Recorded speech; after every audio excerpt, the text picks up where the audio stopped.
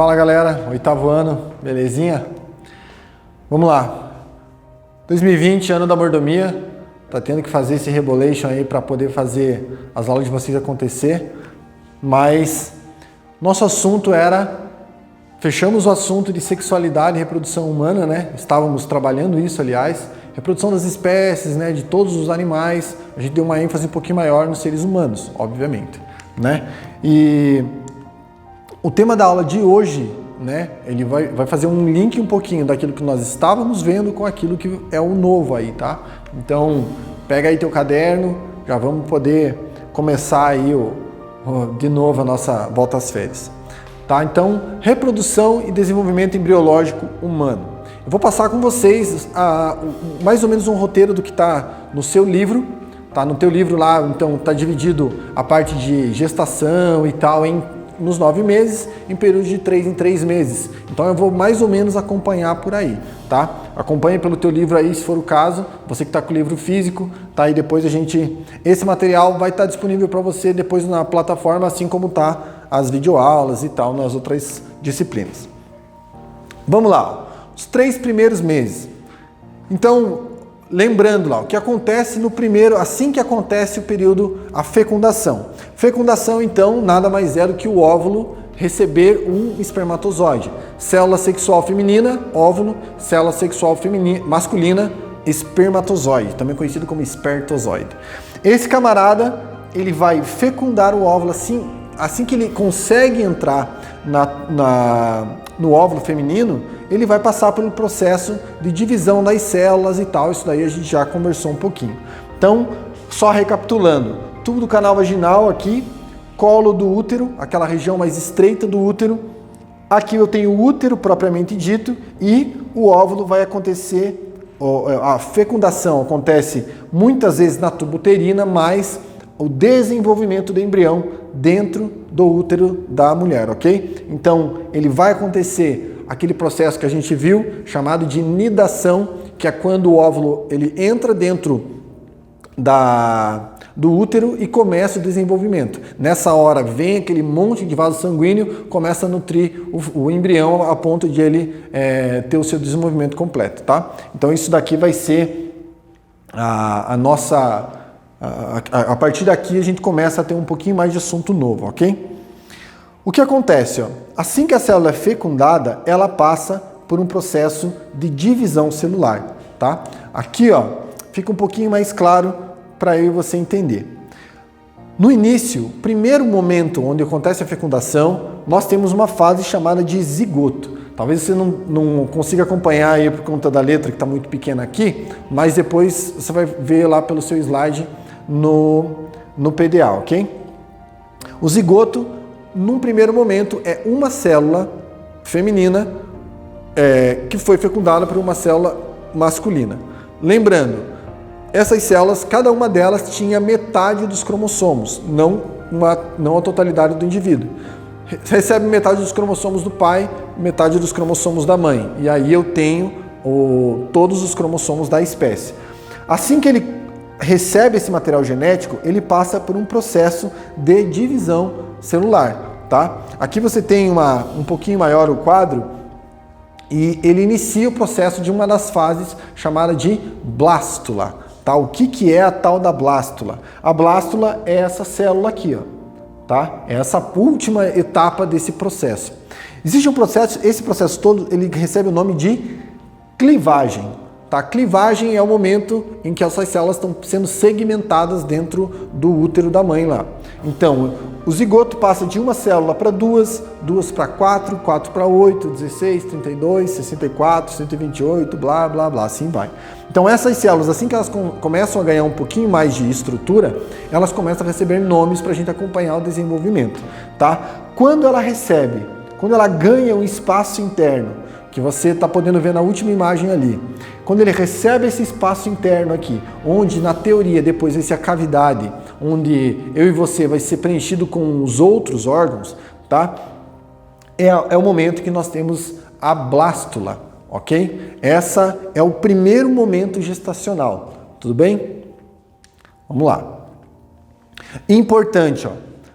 Até o momento de blastocisto, ou seja, a blástula, né? Blastocisto, lembra que o cisto, ele está chamando aqui, ele está falando que é o ovo ali, né, das células, e até o momento de blastocisto, as células são chamadas de células-tronco embrionárias e podem, a partir daqui, dar origem a todos os tecidos do corpo humano. Aqui que você começa a encontrar toda a sabedoria de Deus na criação, oculta na criação. Por quê? Porque eu estou falando de uma única célula que pode virar qualquer uma. Isso aqui, eu já comentei brevemente com vocês, teve um grande, não pequena confusão entre a comunidade científica. Por quê? Na comunidade científica, essas células, elas são extremamente bem vistas para uso de terapias, ok? Tem uma matéria do 9º ano que a gente acaba vendo isso daí, envolve um pouquinho de biotecnologia. Mas célula-tronco embrionária, ela pode vir a se tornar em qualquer célula. E hoje tem avançado muito os estudos referentes a eu tentar algumas táticas para fazer com que uma pessoa que tenha, por exemplo, uma lesão medular, ela tente voltar a andar. Como é que eles fazem isso? Inserem célula-tronco embrionária da mesma pessoa. Então hoje é comum os bancos de reserva biológica, que eles são, me fugiu o nome agora, mas é um banco onde eles guardam material genético, o bebê nasce, parte da placenta e do cordão umbilical já são colocados nesses bancos de genes, que eles chamam. Esses bancos de genes, o que tem ali? Na placenta e no cordão umbilical se encontra um grande número de células tronco. Não é uma célula tão potente quanto essa, né? Mas eu já posso futuramente descongelar essas células e fazer o uso dela em terapia celular, caso aquela criança, aquele bebê, ele venha apresentar alguma dificuldade de desenvolvimento e tal. Então, hoje a gente já avançou bastante. Qual a grande questão? Assim que eu pego, deixa eu voltar aqui o slide, com essas células aqui, ainda nessa fase de mórula, que é uma fase antes desse blastocisto, se eu retiro essa quantidade de células, mesmo que seja ínfima aqui, eu geralmente mato o embrião. Então eu não consigo pegar um pouquinho antes dele, está desenvolvendo, eu vou tirar só um pouquinho de célula para não fazer falta para ele. Geralmente o bebê acaba não se desenvolvendo nesse caso. Então eu não posso fazer isso. O que acontece? A ciência diz que ainda aqui eu não tenho um ser humano. Para a ciência, o ser humano só aparece, eu só tenho um indivíduo humano ali a partir do momento que aparece o tubo neural ou notocorda, que vai fazer parte do nosso sistema nervoso. Tá? Ou seja, já começa a ter neurônio, consciência, essa coisa toda. Aqui eles falam que é só um emaranhado de célula. Então, para a ciência isso aqui não vale. Eles acham que isso aqui não é um ser humano.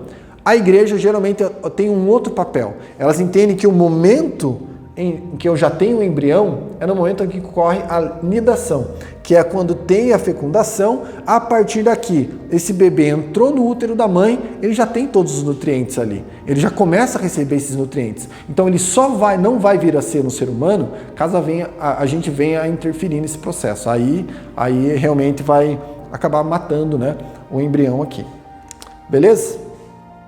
Essas células tronco, aqui você tem um pouquinho melhor, você vai poder ver lá na sua casa, mas ele vai se transformar em tecido nervoso, tecido cardíaco, tecido muscular esquelético, tecido do sistema digestório, do fígado, enfim. Ele vai poder se transformar em qualquer célula do teu corpo, tá? Então, ele recebe alguns estímulos e ele passa a desenvolver isso.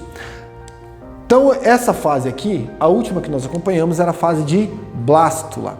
Depois, tem uma fase que eles chamam de gastrulação.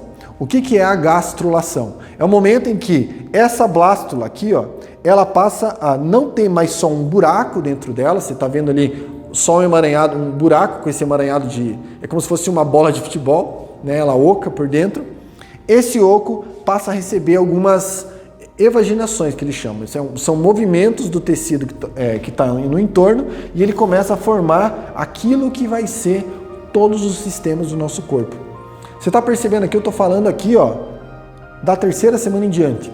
Então são eventos que estão acontecendo que são muito importantes para o desenvolvimento do resto do embrião. Então vai ter muita coisa que vai acontecer a partir daqui, ok? Então a chance de você dar errado, elas eram muito maiores do que você dar certo. Quando a Bíblia fala que Deus viu a sua substância ainda informe, ele está falando desses momentos aqui. Você não tinha forma de você não tinha bracinho, olhinho, nariz, orelha, nada disso. Tá? Você tinha aqui um emaranhado de célula se moldando, como se fosse aquele barrinho do oleiro, e aí você começa a trabalhar com isso. Né? Nisso daqui eu vejo nitidamente alguns princípios bíblicos. Né? O mais claro que a gente consegue identificar aqui, eu já falei com vocês, é o princípio de aliança. Por que eu estou vendo aliança aqui? Primeiro, união do pai, do óvulo da mãe, para formar um novo ser. Eu já tenho um princípio de união por trás do momento da concepção. A partir daqui, eu preciso do quê? Eu preciso de uma especificidade gigantesca de todas as células aqui. Então, essas células passam a receber estímulos e a se transformar. Aí, nesse caso, o princípio da individualidade. Por quê? Existe uma diversidade gigantesca de tecidos aqui que vão começar a surgir a partir destas celulinhas aqui. Tudo bem? Continuando, dentro do método que a gente trabalha, você vai identificar ali que existem aqueles passos todos, certo? Então nós temos lá a pesquisa, nós temos o raciocinar, nós temos o relacionar e o registrar, correto? Quando a gente começa a fazer esse estudo, esse tipo de estudo, a gente tem que dar nome para essas coisas, porque senão eu não consigo fazer esse link, relacionar com o quê? Se eu não der nome, eu chamar de qualquer coisa, está valendo. Então, para a medicina é muito importante que a gente nomeie cada uma das estruturas e eles também têm um método. Aqui eu coloquei método AIP, mas na verdade existe um método científico para dar nome para cada uma dessas estruturas, ok? Primeira parte ali, ó, ela recebe o nome de ectoderme, na gástrula, tá? Já vou mostrar um pouquinho para vocês. Aqui ela aparece, ó, a ectoderme e essa linhazinha amarela ali. Então, a ectoderme, ó, ela vai dar origem ao quê? A essas estruturas aqui, ó. A epiderme, que é a pele, unhas, pelos, cartilagem, ossos da face, sistema nervoso, encéfalo e neurônios, entre outros aqui, ok? Além da ectoderme, tem a endoderme. A endoderme se encontra ali a formação do pâncreas, pulmões, fígado e outros órgãos do organismo. E a mesoderme. Tá? Eu estou falando aqui de ecto, geralmente é a parte mais externa. Endoderme, a parte mais interna. Meso é uma região intermediária, então eles colocam como mesoderme. Aqui vai formar os músculos do seu corpo, vai formar cartilagem, ossos da face, medula óssea, é aquilo mais lá que você está vendo aí no slide, tá? Rim, útero e coração, enfim. Você percebe aqui que eu estou falando apenas do quê? Deixa eu só voltar aqui, ó. Eu estou falando essas três cores que você está identificando naquela fase de gástrula ali. Tá? Então, cada uma dessas cores, essas células vão voltar a se dividir e elas vão voltar a receber outro estímulo para ela poder se desenvolver e vir a ser você no futuro lá. Então, isso aqui para mim é sensacional. Para que você tem que saber desses nomes todos agora? Né? A princípio a gente fica, cara, para que inventam esses nomes? Né? Esses nomes servem, na verdade, para a gente poder acompanhar o desenvolvimento e na medida que eu sei o que aquele tecido vai virar, se tiver qualquer coisa fora do padrão com esses tecidos, eu sei o que vai estar comprometido no bebê. Então eu já tenho um plano de ação por trás disso também. A medicina hoje é muito avançada por conta disso. Neste período também, o que a gente encontra? Ó, você está vendo ali um baby sauro, né? E eu queria falar com vocês a respeito da placenta. É muito comum as pessoas falarem de gravidez, falarem da placenta e tal, mas o que é a placenta? Né? Placenta é o nome dessa bolsa que o bebê está em volta. Placenta é o quê? Né? Então, ó, órgão vascular que une o feto à parede do útero materno, permitindo a passagem de materiais nutritivos e oxigênio para o sangue fetal e a eliminação de dióxido de carbono e resíduos. Então ele vai ter uma troca aqui, né? Não é só pelo cordão umbilical, a placenta também tem esse papel. E nessa figura, onde é que está representada a placenta? Esse quadro vermelho que eu coloquei aqui agora, isso é a placenta, ok? É nessa parte do organismo, o bebê vai se desenvolvendo por aqui e a placenta vai envolvendo ele. Então aqui, extremamente vascularizado, por mais que o bebê não receba o sangue direto da mãe, não tenha contato direto com o sangue da mãe, ele recebe os nutrientes por meio de vasos que vão sendo conectivos aqui, ok? Então só para você ficar aí no esquema. Final da 8ª semana. Final da 8ª semana, o embrião já tem a formação das mãos, dedos, orelhas e grande parte dos órgãos internos. Passa então a ser chamado de feto. Eu falei aqui até a 8ª semana apenas. Ou seja, esse bebê está com mais ou menos aí 2 meses.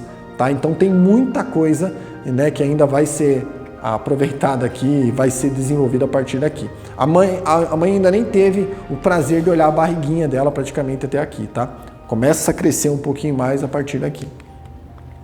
Aí no final do 3º trimestre, ó, nas últimas semanas já funciona o cérebro, né? A criança ela já tem o cérebro dela desenvolto, então a partir daqui cientistas é óbvio que já reconhecem um bebezinho ali.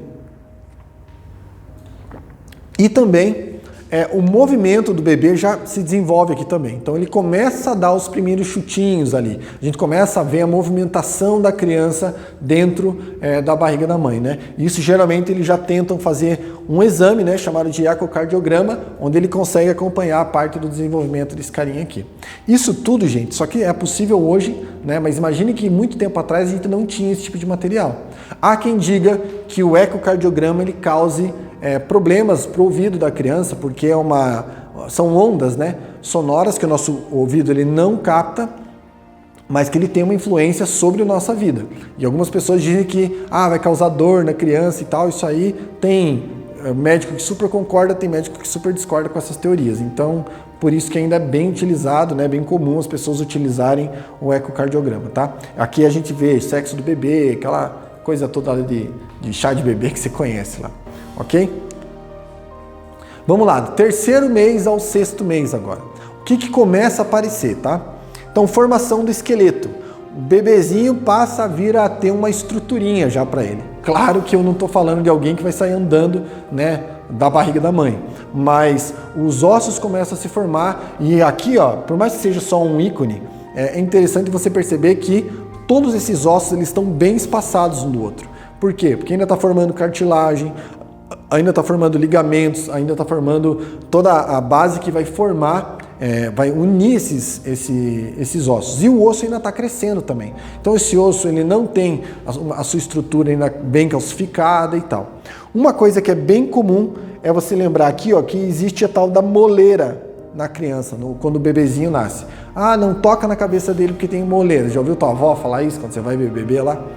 Então, antigamente a galera vinha e cutucava a cabeça da criança, fazia cócega no cérebro dele lá, mas essa parte aqui, ó, de cartilagem que você está vendo, isso aqui já é estrutura óssea um pouquinho mais forte, tá? Aqui o bebê também ele está um pouquinho mais velho do que a gente está mostrando aqui. Mas eu queria frisar com você essa questão da moleira, porque ela é mega importante para o nascimento do bebê. Se o crânio dele fosse já totalmente rígido, a cabeça ela não consegue ter um mínimo de trabalho, né, quando a mãe entrar em trabalho de parto. Então, como o orifício por onde ela vai passar é extremamente ele é apertado, então acontece que o bebê na hora de sair ele precisa ser maleável o crânio dele para poder então ajustar o tamanho do crânio a saída lá na gravidez. Tá? Isso, obviamente, num parto normal. Se for de cesariana, né, que é aquele corte, uma cirurgia na barriga da mãe, aí ele não vai ter esse problema aí, tá? Aumenta os movimentos. Aqui você está vendo um bebê meio agitado na barriga da mãe, né? Então, aumenta muito os movimentos. Se você digitar no YouTube ou colocar só bebê mexendo na barriga da mãe, GIF, escreve isso lá para você ver no Google. Cara, vai aparecer umas barrigas de mãe que parecem uns ET se mexendo assim.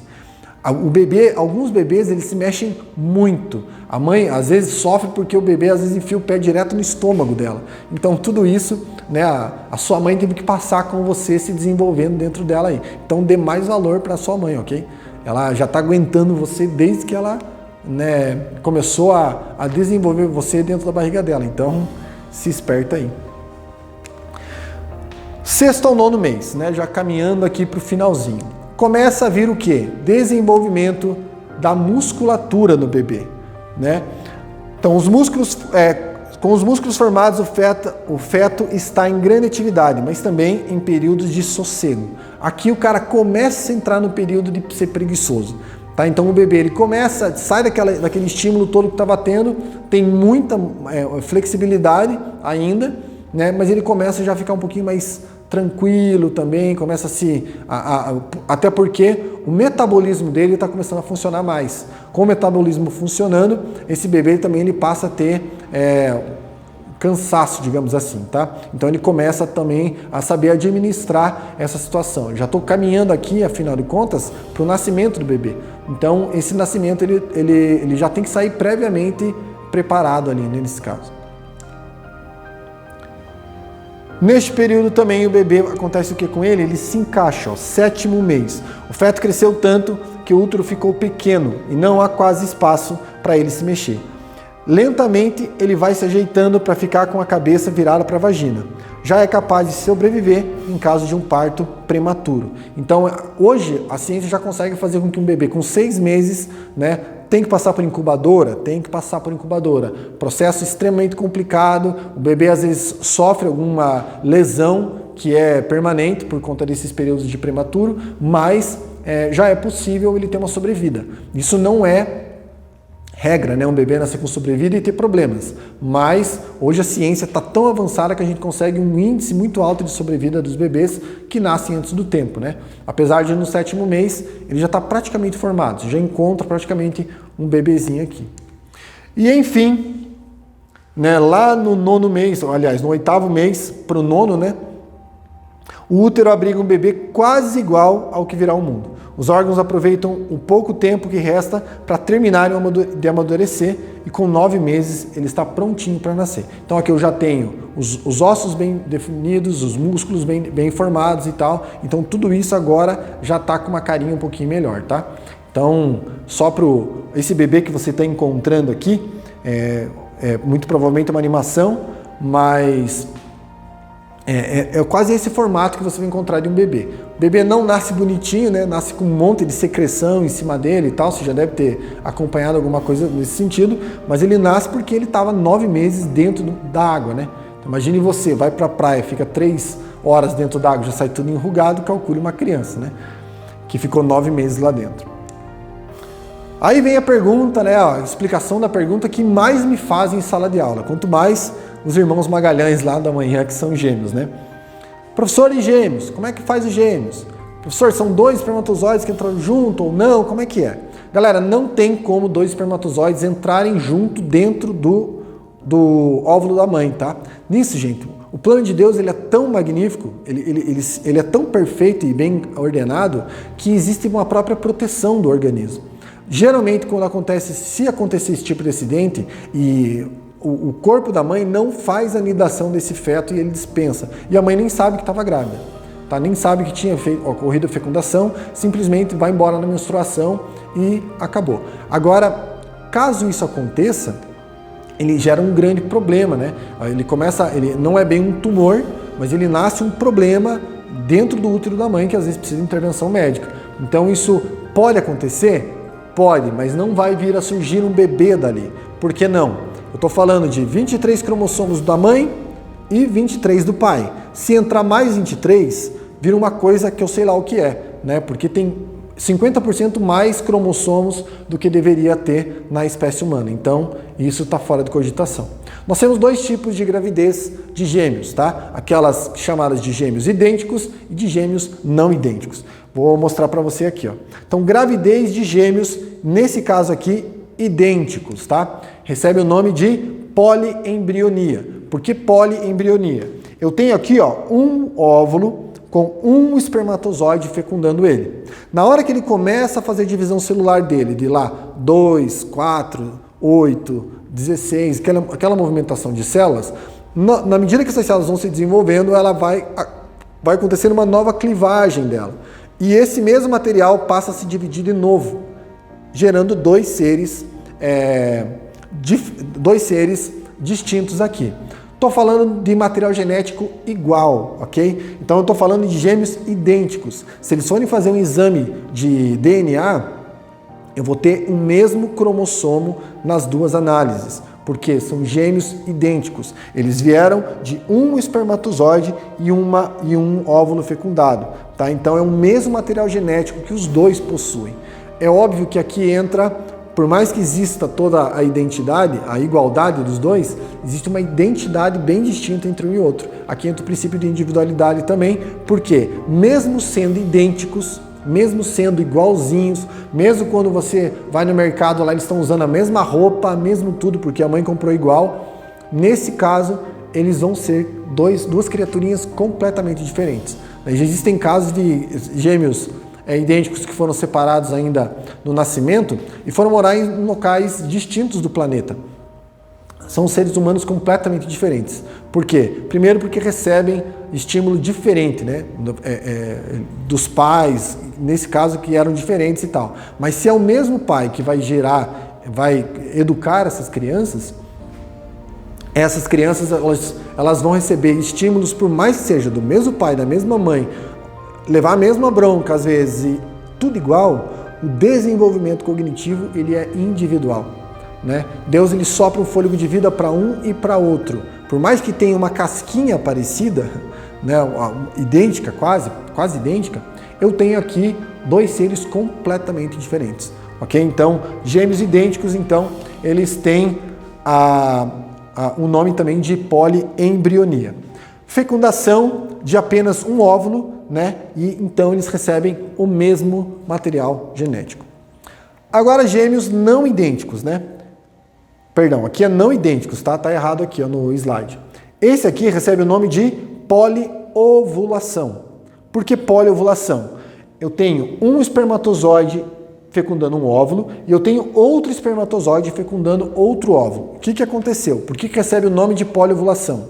A mãe ovulou e os dois óvulos foram fecundados no mesmo tempo, ok? Pode ser que com horas de diferença, dias às vezes, mas eles vão ser fecundados. E o que acontece aqui?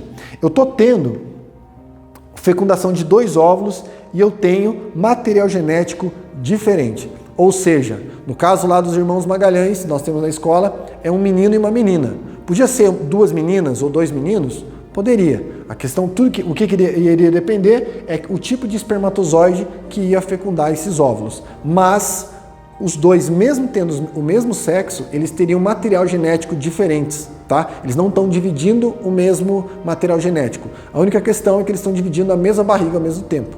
Então eles estão dividindo o mesmo ambiente, ele já começa uma disputa de lugar, né, na barriga da mãe já. Então é com a poliovulação. Poliembrionia, o embrião vai se desenvolver em mais de um. Poliovulação são os óvulos que vão formar mais de um bebê. Fera até aqui? Então tá. Gravidez de gêmeos, então, fazendo só uma breve recapitulação para você entender. Eu tenho aqui, ó, um óvulo formado por um espermatozoide, formando então quem? Apenas dois indivíduos iguaizinhos. Professor, e se for trigêmeos? E se for quadrigêmeos? E se for quíntuplos? E sei lá o quê? Se for idêntico, aconteceu poliovulação. Às vezes acontece desse bebê se transformar acontecer a clivagem mais de uma vez, né? Tem até um programa hoje que está passando na TV lá que é Pais de Quíntuplos, né? Tem naquele... Não vou fazer spoiler de canal aqui, mas é no Discovery Home and Health.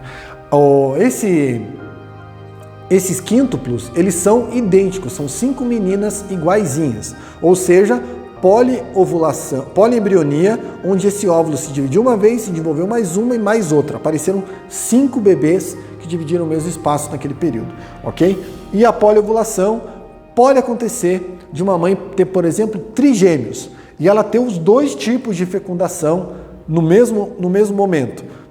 Acontece poliovulação, dois bebês já vão se formando com material genético diferentes, e um deles formar poliembrionia. Então eu tenho dois idênticos e mais um que não tem nada a ver com os outros, ok? Isso pode acontecer, é bem normal, então é vida que segue aqui. Ok, galera? Pessoas, então, essa aqui é a base, tá, da parte de desenvolvimento embrionário. Estou falando aqui de embriologia.